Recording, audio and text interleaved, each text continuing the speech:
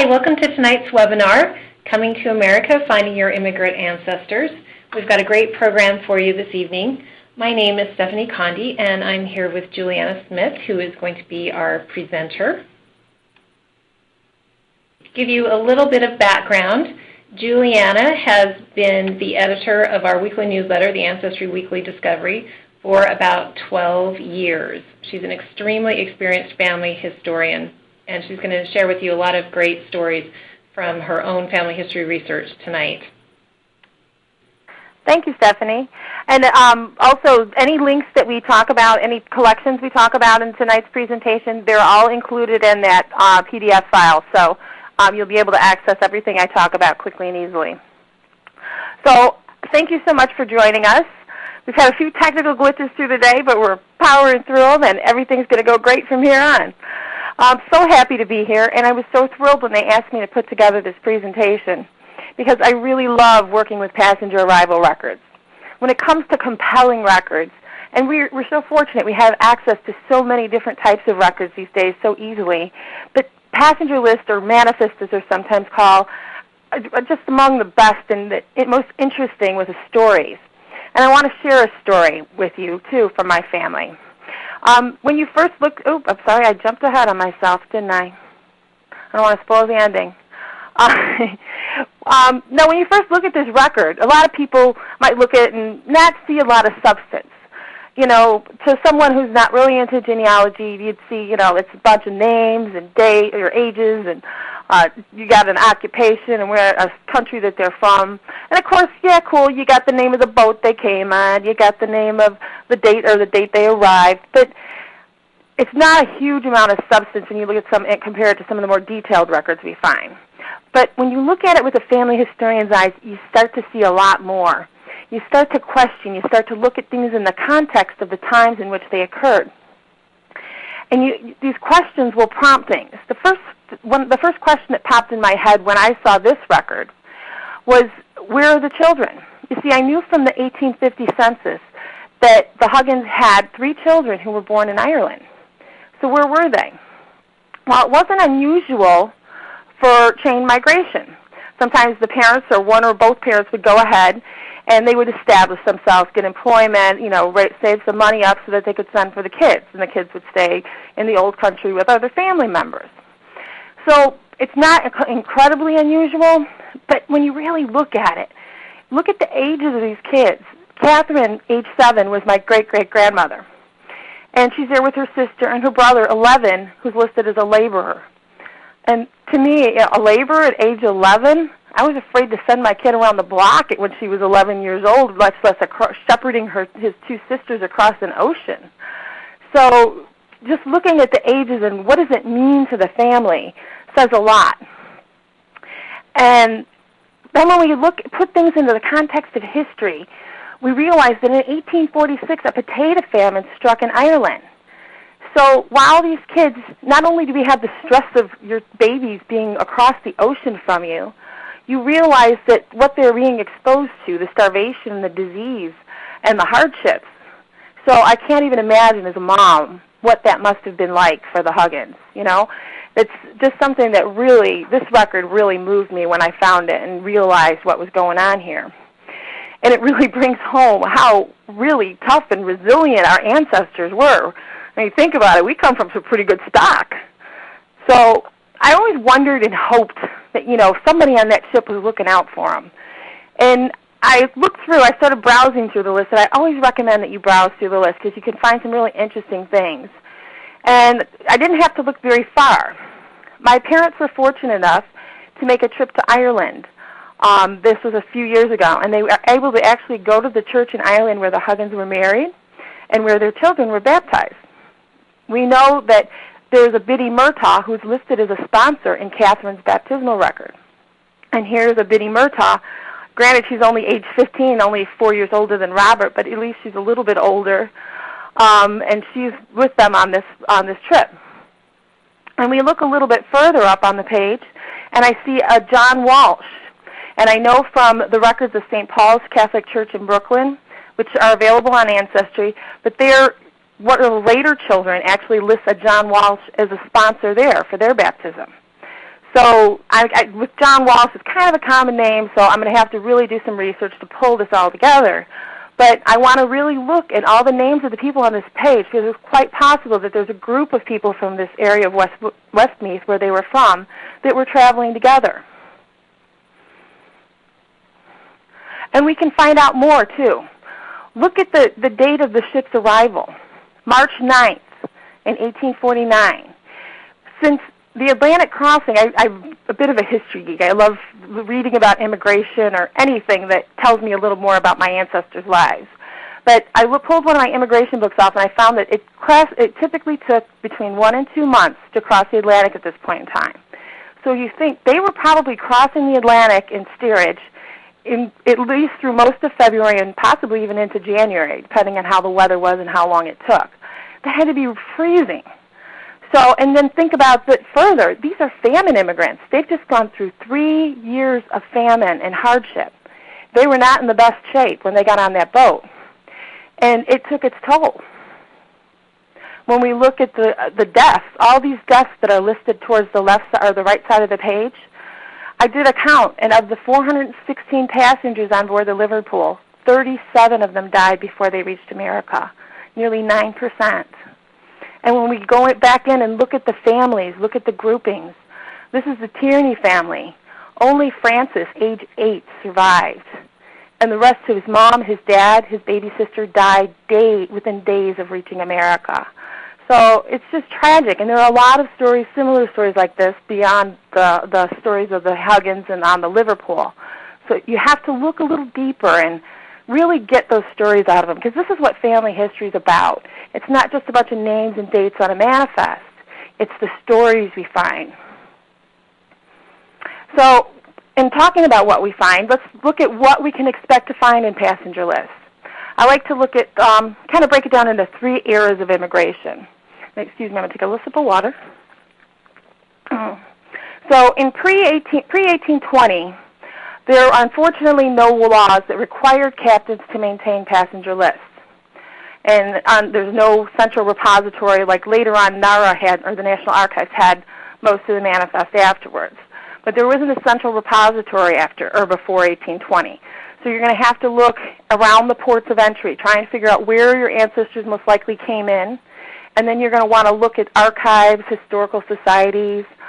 Check with the local genealogical society for that area. They'll know where the surviving records are. And some have been lost. Some, the bad news is, some of them just did not survive. But some have. This is actually a Philadelphia passenger list that we have on Ancestry.com. Those manifests go back to 1800. So in some cases, you know, it's going to be hit or miss. But as you can see, it's a little bit sparse. The content on them will vary from place to place because there was no law requiring them. Also, some lists were published, and we have a lot of these publications on Ancestry.com. This is from the Port of Liverpool. It's actually from a publication called Immigrants from England to the American Colonies, 1773 to 1776.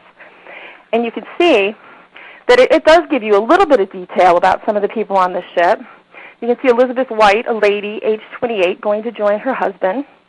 She has 2 black girls, slaves, age 25, traveling with her. You see, on the other list, you see people coming to seek employment and a lot of occupations. And it also lists the locations where they're from, the cities, the counties.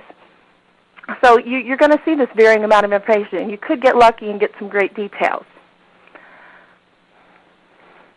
You're also going to want to look, kind of branch out from the actual passenger list, look into some biographical publications. Scots in the Carolinas is one example I've pulled, a directory of Scots in the Carolinas, 1680 to 1830. And you can see here that it tells us that Angus Galbraith emigrated with his wife Catherine Brown, 26, from Greenock, Grenfrewshire to Wilmington, North Carolina on the Ulysses in 1774. So you're getting a little bit of information, and if you read the introductory materials, it's going to tell you where this publication found its information. Also, The Great Migration Begins. For those of you who watched Who Do You Think You Are, the episode with Sarah Jessica Parker, they actually referenced this collection. This is a collection that was created by the New England Historic Genealogical Society, And what they've done is taken a lot of different resources that they have available, these old records on early immigrants to New England, and they've taken and compiled them from all the different sources and put them into little biographical sketches. And they're actually quite extensive. This is just a little snippet that I could fit on the screen.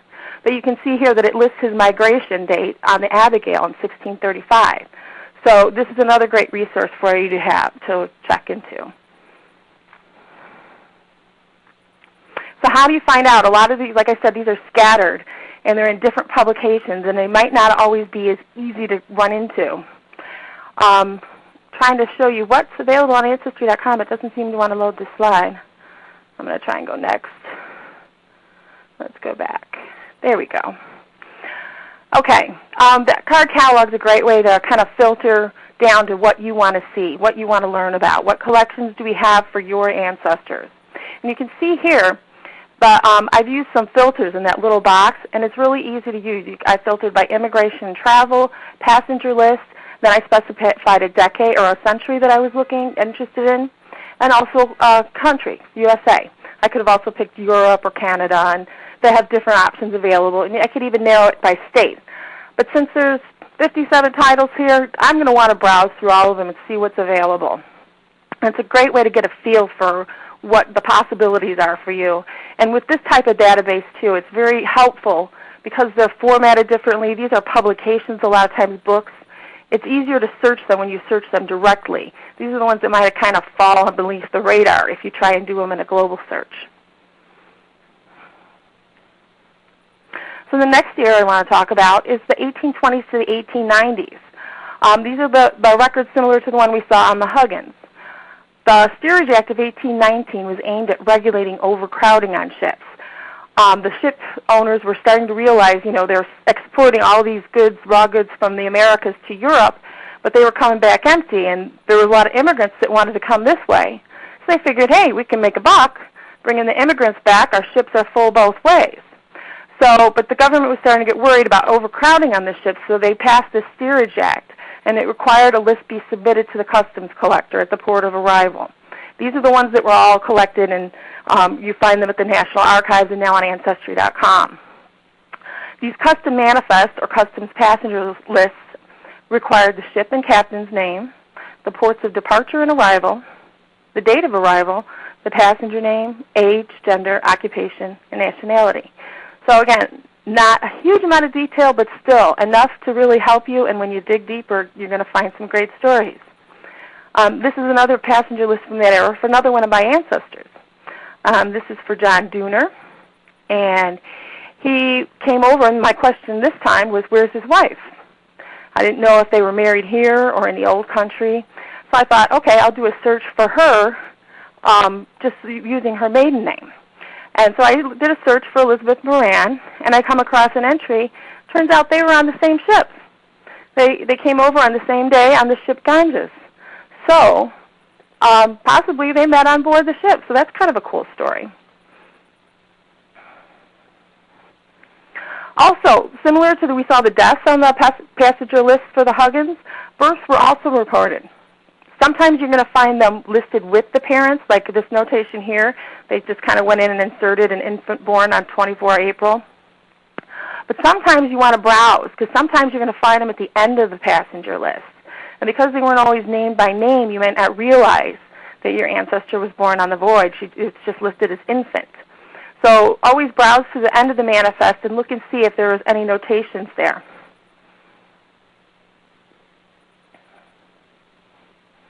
And the last era we'll talk about are the 1890s to around 1957. These are the records that we have available, the most recent ones.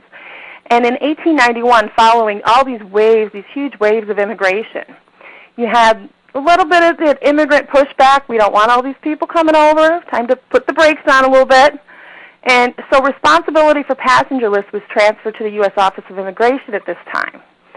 And they decided we want to start keeping a little better tabs on these people, find out a little bit more about them. So over the years, beginning in 1891 or so, they started adding in questions.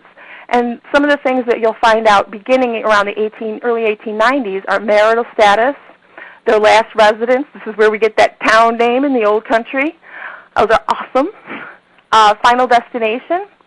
If they've been in the U.S., when, where, how long. So that's always a good thing to know, too. Then you know to go look for another passenger list. Also, were you going to join a relative? Who and where? Oh, I spelled that wrong, didn't I? I'm sorry about that. That's one of the things that spell check won't catch. Anyways, but who and where? So this is a way to find out. Was your family one of these families that did chain migration? Sometimes a sibling would come over, then another one would come over. So it's great to build on your expanded family. Whether they could read or write, and did they have a ticket to their final destination? They didn't want people all of a sudden pouring into these port towns with no money and no way to get out of the city, because that puts a burden on the port cities. So they were trying to get a feel for this. Who paid for the passage? How much money were they carrying? Were they ever in prison, an almshouse, an institution for the insane? Whether they were polygamists? Did they have a contract to work in the U.S.? Or whether they were healthy, their ethnic background. Also, a name and address of a relative in the old country. Gold, genealogical gold. Some of the things we want to consider are the spellings of our ancestors' names. When we start to search for them, especially when we're looking for non-English spelling or non-English speaking people, they're going to be traveling to the U.S. and they're going to be using their ethnic variations of their name. That's actually a picture of my great-grandfather, John Mikowski, Jaja. And on all the lists that I found, he came over a number of times. And all the lists, he consistently used J-A-N as his given name, even though he had come back and forth a bunch of times, and here was listed as John, J-O-H-N. For some reason, on the passenger arrivals, they always recorded it with his ethnic spelling, so that's important to know. BehindTheName.com is an excellent resource for trying to dig around and find out what the ethnic variations of your ancestors' name were. So I advise you to check that out. And check with societies, too. The Polish Genealogical Society, Hungarian, Slovakian, wherever, Italian, wherever your ancestors were from. Check out societies affiliated. They're going to have some resources, or they'll know of some resources that will help you interpret their names or translate their names. John went by a lot of different surnames. His name was Mikowski, and I could never figure out why a lot of the documents said Menkowski. And then I did some reading. And in this book, Polish Roots, I learned a little bit about pronunciation. And I learned that this E with the little tail or the diacritic actually makes an EN sound. So that explains to me where the Menkowski, now we're going into some phonetic spellings. Also, Menkowska was actually the name his sister used when she came over, and I learned that that's a feminine ending for his surname. So learning a little bit about the surnames in that country, learning about the different practices, the pronunciation, really important, because ethnic names got massacred sometimes when they came in. So it's really helpful to learn a little bit about it, and then you can kind of understand and look for them under the misspellings. And Jaja wasn't satisfied with the 5 different variations of his surname, so he decided to pick up an alias. The story went, my grandmother told us this story, was that he went for a job. They were in Cleveland, and he went to get this job at this place called Brown Hoist. And they didn't hire him. He spoke Polish at the time. And he noticed that they hired the guy in front of him who spoke German. And, well, it just so happened that Jaja spoke German, too. So he went back home and came back the next day. Grandma said he pulled his hat down low over his head, and my name is John Wagner, and I sprechen Sie Deutsch. And I know he said it in German, not in butchered English, but he went back, and they gave him the job. So for years, that family went under the name of Wagner. And then World War I broke out, and there was a backlash against Germans in the country, so he decided it would be prudent to go back to Mikowski. So those kind of stories that are passed on, aliases, and sometimes aliases are recorded too, and I'll show you an example of that later on. But that kind of thing is something else you might want to look out for. Also, the foreign place names are often, I've seen a lot of different, these are some of the different spellings for Viskov, where he was from. Also, and another thing you might want to consider too, if your ancestor is from a small town, if you grew up near a big city like I did, when people ask you where you're from, you don't give them the little suburb name. It's like, oh, I'm from Chicago. So a lot of times our ancestors may be living or giving that larger city as their place of origin. So what else do we need to know? Well, obviously, it's really helpful. We saw ages on most of these the passenger list. So learning your ancestor's age or even estimating it through censuses, vital records, whatever else you can find, because that's going to be helpful in narrowing your search. You want to know family structure, as we saw with the Huggins. Knowing the names of associates of the family. They don't even need to be related. People that were sponsors, witnesses, business partners. A lot of times these groups travel together. Even look at the churches that they attended. A lot of times you're going to find these same surnames popping up over and over again. They clustered our immigrant ancestors. So that's helpful to know, and extended family and also associates.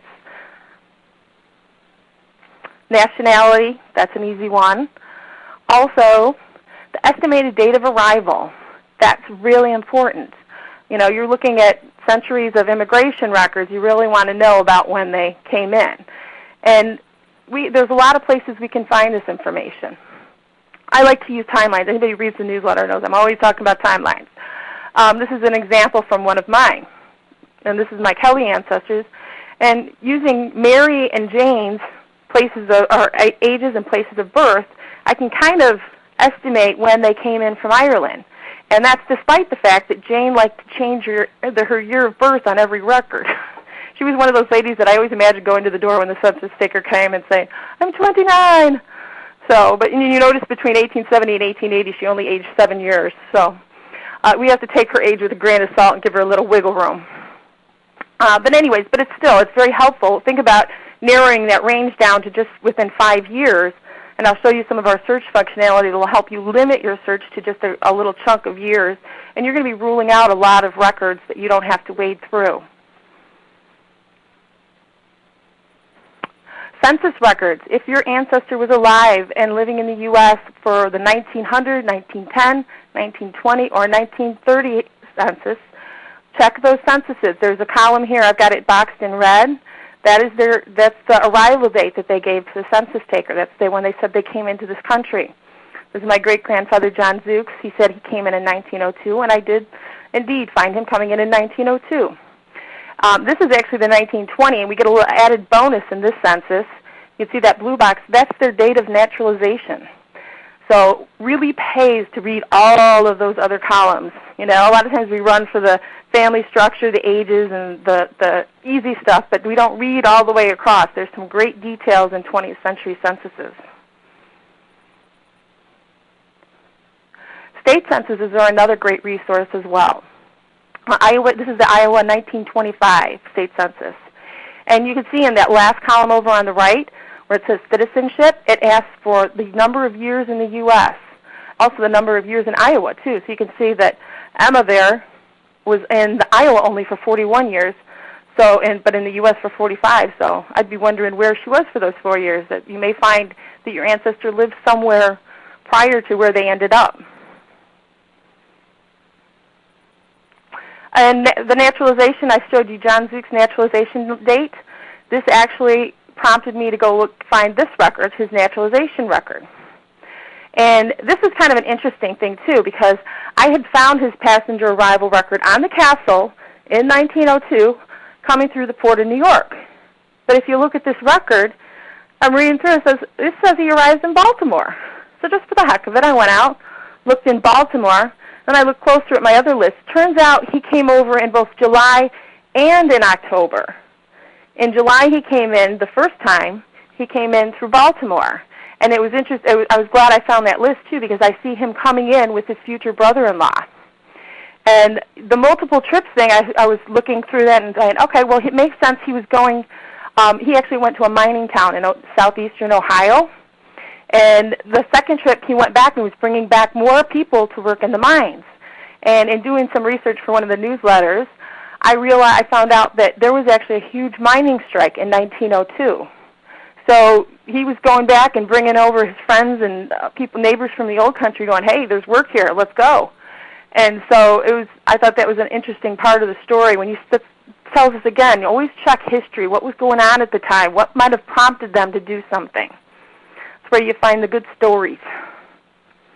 This is James Kelly's death record. He died in 1898, and that we're going back to that timeline. Remember, we estimated the Kelly's immigration between 1817 and 1822, I think it was. But he died, or I'm sorry, it was 1896 he died. He was 75 years old, which puts the date of immigration around 1821, so pretty close there in the ballpark. But then again, too, remember, this is 75 years after the event, so we kind of want to, you know, might not be dead on. Also, he obviously didn't give them the information for this. Some other family did, and we don't know who that is. So those are all things you want to kind of keep in mind. But again, it brings us into that ballpark, that little area that's going to help us narrow our search. Also, passports are a wonderful and a unique collection that we have online at Ancestry. There's some really great details in these. And a lot of times the immigrants went and they went out for the passports because when they went and traveled, or they went to the old country to visit family or settle in a state or whatever, they didn't want that hassle that they had the first time coming in. They're like, hey, I'm a citizen now. Give me a passport so I can get back in. So a lot of times you're going to find immigrants having passports because they weren't required until, I believe, the 1940s. There wasn't a requirement that you had to have a passport to travel. So, and in this one you can see that this gentleman there's a lot of information. He arrived on the California in 1907. Also gives his naturalization information, even the court of records. So really helpful stuff. And look for some unique collections. You're going to explore that card catalog and look for stuff that's unique to the area where your ancestors lived. They've really made it helpful, or they've done a lot to make it so that you can browse collections by state. The state pages are really a fantastic thing that our search team has been working on very hard. So I really advise you to explore those and look at the collections we have for each state. This is a collection that I found. This is like my dream record. You could have heard me yell when I found this record around the world. But it's for James Kelly, my fourth great-grandfather. And you plot James Kelly and all these common first names, James, Mary, Jane, Elizabeth, Catherine, put them in the middle of New York City, and then try to find them. So my hopes of finding their town of origin were like zilch, and here I find this Immigrant Savings Bank record that's just loaded with information. Because you couldn't just go into the bank and show your driver's license to access your account, they asked for all these details, these immigration details and other things about the family that presumably only the immigrant would know. This tells us that he was a native of Blackmore, County Donegal. He arrived at Halifax, which explains why I could never find that elusive passenger arrival record. He came in through Canada, but he came in 30 years ago, or I think it says 38 years ago, because that would put it right around 1819. So again, little wiggle room with these records, but also that his wife was dead, Bridget McLaughlin, and named his children. Again, the importance of family structure. Recognizing the family. Catherine had died by this time, so she's not listed, but knowing the names of all those children, there may be 1 million James Kellys in New York City, but having that exact family structure really narrows it down. I want to show you, this is an alien registration record that I got quite a few years ago. And I'm not showing you this to gloat because unfortunately these records are currently not available, but there is a story with it. Actually what's happened right now is they used to be part of or in the custody of the INS, which is now the U.S. Citizenship and Immigration Service, or the USCIS. They have transferred custody of these records, this group of records, the A files, to the National Archives. So right now, the National Archives is processing these records, I believe in Kansas City, and I think some of them from California are going to be in San Francisco. But they're processing them now, so you can't request them. But stay alert, read the newsletters, because when they become available, we'll let you know. They're fantastic records, just amazing. This is Jaja's, John Mikowski. And you can see, remember I said there are some records that will give you that alias? You can see that he listed his alias of John Wagner on here. Also, it gives a lot of other great details. And moving on, you can see it gives his immigration. It says, I think it was I first arrived or last arrived. In the United States, New York, New York, December 24th, 1892, on the Pretoria German Steamship Company. I was very excited when I saw this. And then kind of went, hey, I can't find him. And this was before, I was looking for this passenger arrival record before they became available online, so I was doing the old microfilm thing. And I was going through, no Pretoria hadn't coming in that time. So I went to what's called the Morton Allen Steamship Directory, which lists arrivals at Baltimore, New York, Philadelphia. It lists what ships arrived on what date. And we actually have this database available on Ancestry.com. It's called Boston, New York, and Philadelphia Steamship Arrivals. But anyways, so I went and looked, because I couldn't figure out why that ship wasn't there. And then I found out the Pretoria was not even built in 1892. So you got to start thinking, okay, what would he have remembered? Remember that when this record was created in 1940, this is when all the aliens were required to go register. It was 48 years after when he said he arrived. So memories fade. And since Jaja went back and forth a bunch of times, maybe he mixed up a ship. The years, I'm horrible with years, so maybe he mixed that up. When you look at December 24th, wouldn't you remember sailing into New York Harbor on December 24th? So I went and I looked in that directory again for ships coming in on December 24th and other years. And here I find on the steamship Danya, arriving in New York December 24th, 1894, we see John Minkowski coming in. So what you want to do is look for that grain of truth. What is most likely to have stuck out in a mind, or what's most likely to be correct in a record in this case? Sometimes analyzing them and thinking about the process is going to help you out. I also, again, looking for extended family. I wondered, he came over all these times, but for some reason, I could never have them find the other trips. So I started just searching for the surname and the different variations. And here I find this Marion Mankawa, and he's coming from Vyškov with another gentleman named Razmir Gonska. And I'm probably pronouncing these wrong because I really don't know enough about Polish yet. But they're coming over together, and I find them on this ship in 1902 from the town that's spelled very similar to his town. So I want to know, where are they going? Who are they going to meet?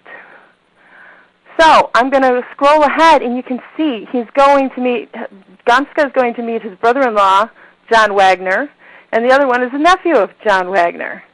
And they're on 2341 Capitol Hill Drive. This is in Philadelphia they were going to. That's on another segment. So I knew Jaja lived in Philadelphia, and I'd never been able to find him in the 1900 census. There was a John Wagner, however, living on Capitol Hill Drive. And now because he was single and living in a boarding house by himself, I was always like, well, is that him? I don't know. Grandma said he was only went by Wagner in Cleveland. But now I can kind of tie this together because I've got this relative coming to go to see him on Capitol Hill Drive. And the story starts to come together a little bit more. If he lived under John Wagner in Philadelphia, and again, thinking about the grain of truth, Grandma heard this story when she was very little. Maybe she misunderstood. Maybe she thought it was in Cleveland, but no, actually he changed his name earlier. Obviously he did. So John Wagner, we find another arrival. Now he's traveling under that name too. So pretty much that was his name for those years. And I look and see, what ship is he on? He's on the Pretoria, arriving in New York, October 20th, 1899. So all these little pieces, you can see how they all kind of tie together. And the more you search and the more you pick away at the surface, you start to learn more. And I'm not done. I got to keep looking. I want to find more. And I actually did. Here I see John Wagner, and he's coming in with a different Gonska and a couple other people, or actually one other person from Vyškov. So, and they're arriving, this time they're coming in through Philadelphia. So remember, with John Zooks, with the Baltimore thing, remember to check multiple ports. The longest time, the story was they came through Ellis Island, and that's all we really looked at. I only looked at Ellis Island because that was where he came in. Grandma said so. Open your horizons and think about exploring other ports. A lot of times the steamship companies would run special deals if you went here, and they would send their agents out into the countryside and say, hey, you can get a special deal going out of this port and arriving in this port. They went where the deals were good.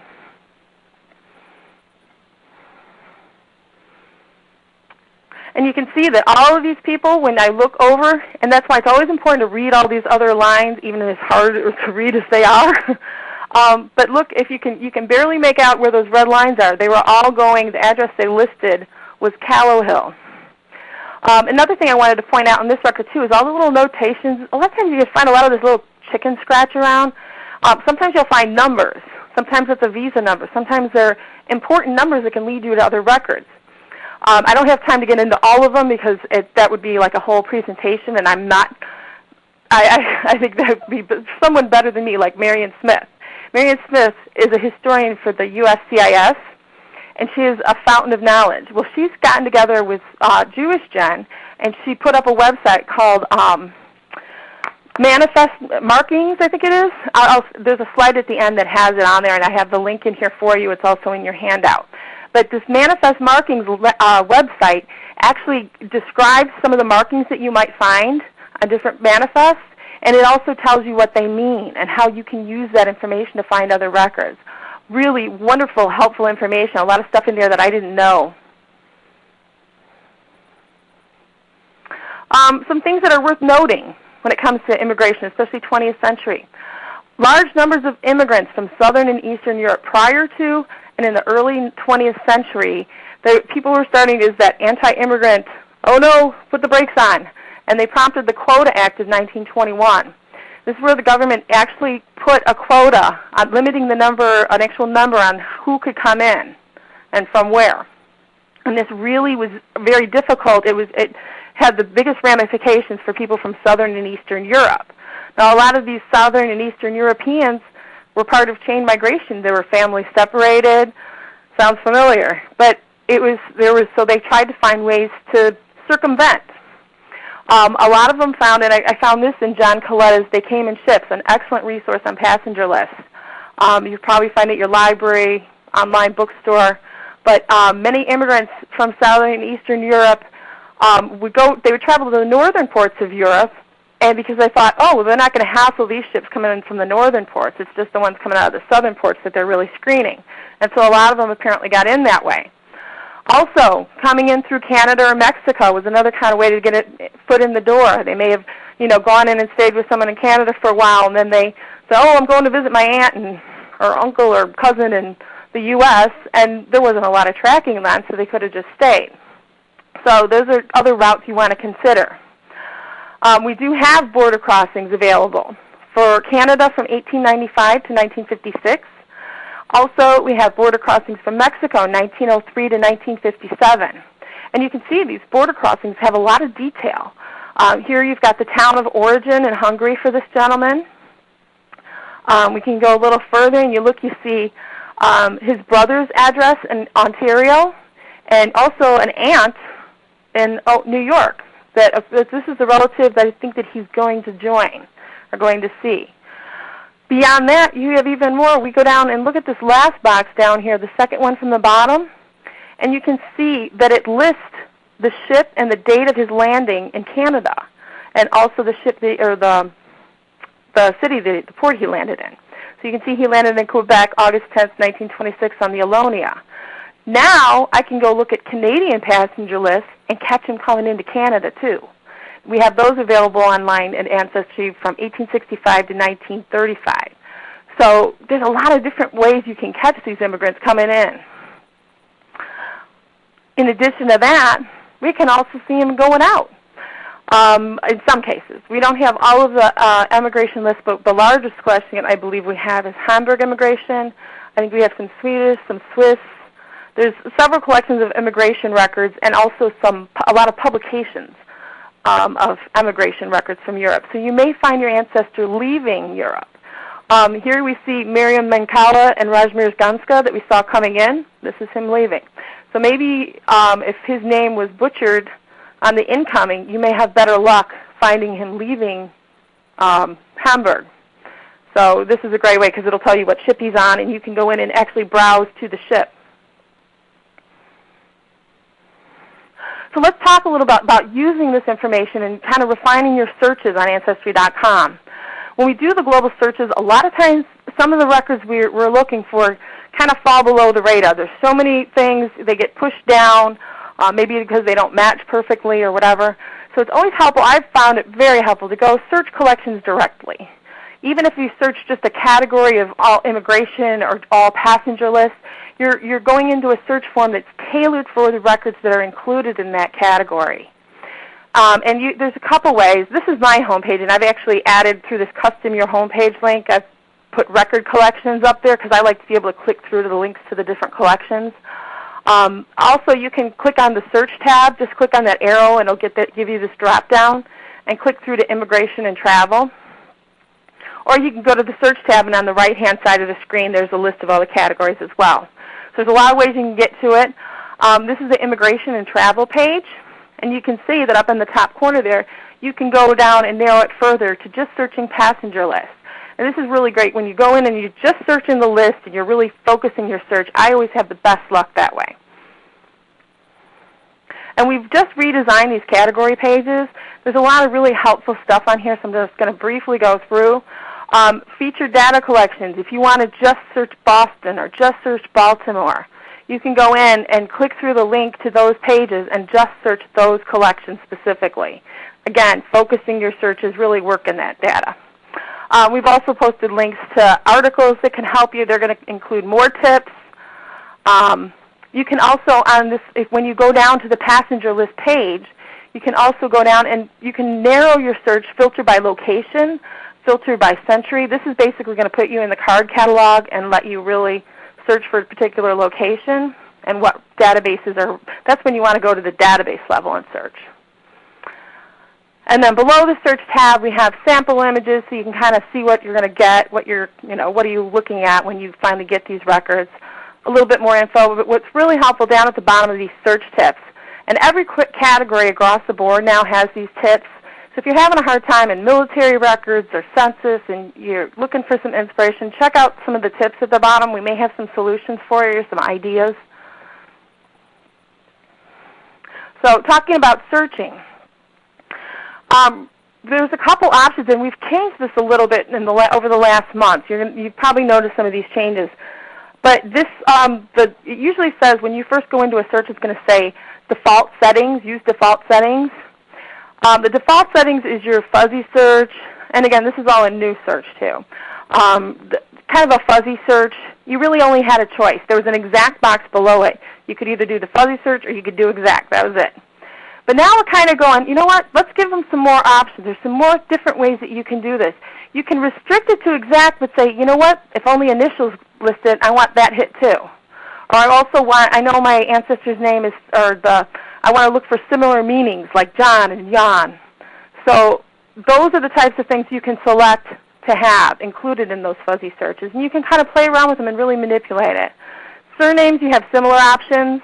You can kind of refine as much as you want or as little as you want, depending on the results you're getting and what name you're searching for. We talked about knowing the birth date, narrowing your search. What I always do with this, because we can usually narrow it to within a 20-year range, click exact on that box, but then choose +1, +2, +5, or if you're looking for Jane, +10. But you can use that to kind of widen your search gradually and try and find your ancestor that way. But you're still getting that exact, you're restricting it to a specific window, and that's really helpful. Same with the migration arrival.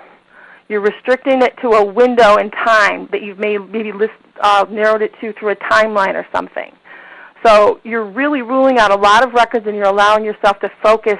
You can get a little bit wider and crazier with the names and the other things, but just play around with the restrictions on the dates, and you can sometimes have some really good luck that way. Also, nationality is another way you can narrow it down too. With John Wagner, this is really helpful to me because not a lot of Russian or Polish Wagners. So I could go in and put in, when I put in John Wagner, usually you'd see a bunch of Germans, but by putting in a nationality or an origin, I was being able to rule out all the German ones and focus in on my John. Also, more, there's a keyword field too. Whenever I use keyword, I typically put exact first and try and really zero in on that. Maybe you found the ship name in some of these other records that we talked about. If you found the ship name, maybe then you can use that ship name as a keyword and say, okay, I only want to see the people with names similar to this that arrived on this ship. So that's going to help you narrow your search. And going back to the, this is the main immigration and travel page. Remember I showed you how you could narrow it to passenger lists. We also have a category called ship pictures and descriptions. When you want to learn more about the trip, learn more about the boat they arrived on, we have this database of ship pictures and descriptions. And here you can see this is the Pretoria, and you can see that it gives, first of all, would it be really helpful if we had this when I was looking to have that date. It wasn't built or put into service until 1897. Also it gives the line, a little bit of history, you know, the dimensions of the boat. So a little bit more information for your family history. And the picture's cool too. One of the neatest collections that we've just added, I spent a night last week, just before this went up live, I went to spend a night listening to these Ellis Island oral histories. They just went up yesterday. And there's some wonderful, wonderful histories. I was just going to listen to a little snippets of a few to get a feel for it. I spent the whole night in there. And really fascinating. If you want to get a feel for what it was like for these immigrants coming over to this country, this is a fantastic way to do it. And for some people, there's 2,000 of them that were collected by the Ellis Island Oral History Program. For 2,000 people, this is, they're going to hit the genealogical lotto. They're going to have an actual history by someone, a relative. But the stories they told are just really fascinating, and they range from life in the old country to life in the new country, and a lot of stuff about the actual trip over. What were the conditions like? One woman talked about being on the steerage deck and the passengers from first class and second class looking down on her and feeling sorry for all the kids, and they would throw down oranges and bananas, and this was the first time she'd ever seen a banana. So really just wonderful, neat details. And one of them, if I can pull this up on here, I wanted to share with you one from a lady named Estelle Belfort. This is about her arriving in the port of New York. She says, and then all of a sudden we heard a big commotion, and we came to America, and everybody started yelling, they see the lady, the Statue of Liberty.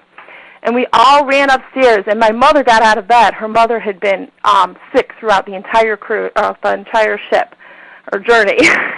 So she was bedridden through the whole time, and she got out of bed. We went upstairs, and everybody started screaming and crying. You were kissing each other.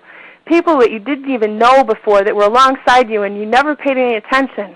Everybody was so excited that you see America, and you see the lady and her hand up, you know. So it was there's wonderful, moving testimonies in these things that just break your heart in some cases, and sometimes they make you laugh. It's really great. I've been telling people, we got to make MP3 downloads of these things. Fantastic. So we can't go into a lot of the other websites, but search for your ancestors' origin. Add in the term immigration or emigration. See what kind of things show up. And don't limit yourself. This is the NorwayHeritage.com site, and they've got fascinating articles about travel, what it was like on the steamships, what it was like on the age of sail, a lot of different things, the provisions they needed, the food they ate. Really great background information that will really add some stuff to your depth to your family history. So here are some of my other favorite sites. These are some, and again, these are all in that handout. It was on the email reminder to come to today's webinar, and I think we'll have it in the other one too, the one that you're going to get when we post this up in the library. So you can come and review this webinar, click through the links if you have go to the PDF, and you'll be able to access some of these sites. And these are just the tip of the iceberg. There's a ton of them out there. Check out Cindy's list. She's got a huge page full of them. And also books. I found so much information in books, and just really nice. Now that the weather's starting to get cool again, got some time to go inside and read. Check it out. There's some really great books out there. And again, look for the details. Go beneath the surface. They're not passenger lists. They're passenger stories. They're real people. And you just got to do a little bit of digging. So I think we got a little less than 10 minutes for Q&A. Thanks, Juliana. We have got over 200 questions. Wow. We're not going to have time to cover all of those in the next 8 minutes, but I want to thank everyone who submitted a question, and we'll handle as many as we can in the next few minutes. And then, again, as a reminder, and for those of you who joined us late, Juliana will be hosting an online discussion on our Ancestry.com Facebook page for the next half hour following the end of the presentation. Yeah, I'd hope to make it longer, but I've got to drive home tonight, and I don't want to be too tired. So as the moderator, my prerogative is to answer the easy questions and pass the tough questions over to Juliana. So I'm going to Thank you. a couple of easier questions. We got a couple of questions about passports. Mark asked, when was it required to have a passport to travel? And Deborah asked, how would one search Ancestry.com for passport records? So passports have been officially required ever since 1941. They were actually made mandatory during World War I, but then after World War I ended, that law sort of lapsed and it wasn't enforced again until 1941. And I think there was also a brief period during the Civil War when passports were required. But a lot of people were actually using passports long before that. And we do have a collection on Ancestry.com of passport records dating from 1795 through 1925. And to get there, I think the easiest way to get there is if you click on that search button at the top of the main page, or really on any page on Ancestry.com, just that global navigation. Click search, you'll get that little drop-down menu. Click on immigration, and that will take you to the immigration category. And then you can narrow by subcategory. And if you go to the border crossings and passports subcategory, it's just a link. It's really easy from there to get to that collection of passport applications. A couple of questions about naturalization records, and Juliana didn't spend as much time on those, so we may as well address those in the Q&A. Barb asked, did everyone have to do a declaration of intention prior to naturalization? Oh, yes, really that was your first. I'm sorry, I thought you were going to answer that. Were you going to get that one? No, I was going to let you get it. Well, I think the answer to that is it was yes, the first, except if you were, in some cases, there were some periods when they had a fast track for people who were serving in the military. Exactly. Yeah, it was first of a three-step process. You filed your first papers, your declarations of intent, and then there was the petition, and then your actual naturalization certificates. There's three places, and some place times too. They may have started the process in one place, and then when they completed the residency requirements, done the petition in another court. See, in the perfect world, they all ended up in the last court, but sometimes it didn't always happen. But that's why it's always important to check different places where your ancestors live, because it's hard to find out exactly where they actually completed the process. Okay, and then Jackie asked, were there naturalization records in the 1700s? And Julie, you can correct me if I get this wrong, but I think that naturalization records in the United States date from 1795. Is that correct? I believe so, around that time, yes. And prior to that time, if somebody came over, they would have become a naturalized citizen of Great Britain, right? Well, not until 1783 was the end of the Revolution. So, but if someone from Germany or wherever had come over during the colonial period, yeah, they would have become a naturalized citizen. But there's a window, I think, in between when the United States was formed and when the naturalization issue came up. And so there are no records then from that period? Yeah, I don't think there are any from that area. I'm not positive. It's something that would be good to look up. But I'm almost positive you're right as far as them beginning in 1795. I believe the date that's on our database. Uh-huh.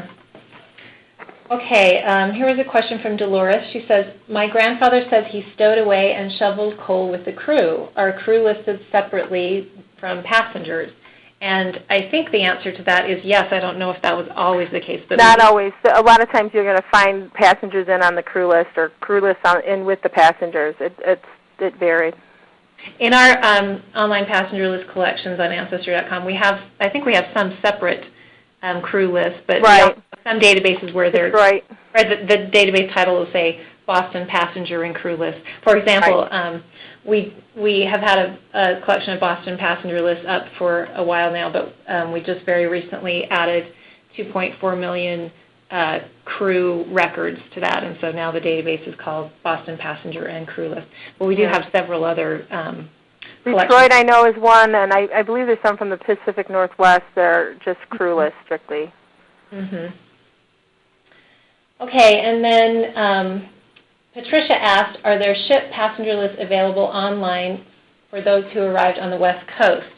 So on Ancestry.com, I can tell you we do have some passenger records for San Francisco from the 1850s and 1860s. That's a fairly small collection, but then we have a much larger collection, I think about 4 million records. I think it's called California Passenger and Crew List 1893 to 1957, so that covers a much broader range. Most of them are to San Francisco, but I think there are some other ports in there as well. Julie, do you want to say anything else about West Coast passenger lists? No, I think you covered it. Yeah, Okay. and I'm not as familiar with the West Coast ones. I know we do have we also have, for Asians coming in, we also have the Chinese exclusion list as well. Yep.